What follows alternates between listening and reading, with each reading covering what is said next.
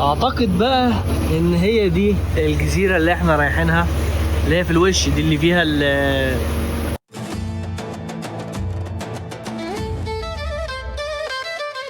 ايه الله، طائر النورس او ابو الهدام او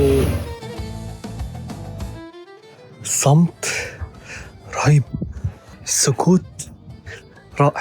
دلوقتي احنا وصلنا جزيرة هيصة او قرية هيصة، مش عارف، احنا في حتة كده في جزيرة في نص النيل، في الجبل، في الصحراء، في الرملة، في الطبيعة. انا كل اللي انا عايزه سرير، احط حاجتي وارتبها واغير هدومي وامدد. افرد يا باشا، افرد مش عارف شكلي هينام ولا ايه. افرد يا باشا. جابوا لنا كركديه من اسوان بقى، ده اصله، ده مكانه.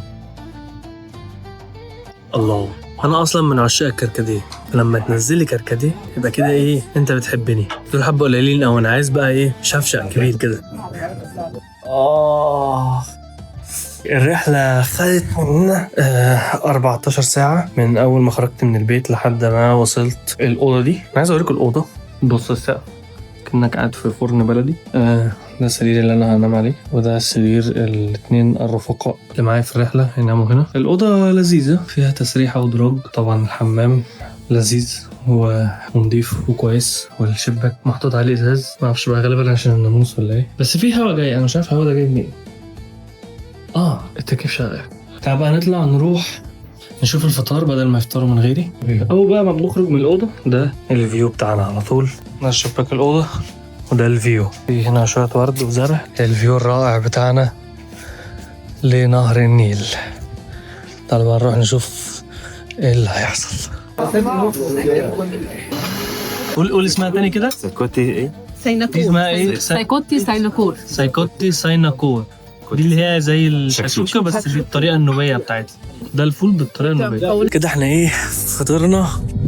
انا دلوقتي صحيت بعد ما نمنا ساعتين كده تخفيله نريح. المفروض اصحى بقى اجهز معدات التصوير وكده عشان نبدا نصور. دي شنطتي، ودي الكتكوته اللي هنشتغل بيها النهارده. كده خلصنا تقريبا اول جزء، بعد كده خدنا بريك. بصوا كده الدنيا ضلمه، مش اي حاجه، مش باين اي حاجه. ده النيل وفي جبل الناحيه التانيه. بص بقى جوه الكاميرا، هنا في الجبل الناحيه التانيه اهو، وهنا باين كل المراكب وكل الحاجات. هحاول اوريكم بس شكل المكان. بص الصوره دي هايله. ده المكان اهو. كانت واحده من احلام حياتي ان انا اسافر، اروح اماكن في مصر، ويبقى معايا كاميرا سوني A7 IV او FX3، واصور حاجات بالليل وبالنهار. انا شايف نجم القطب الشمالي اهو.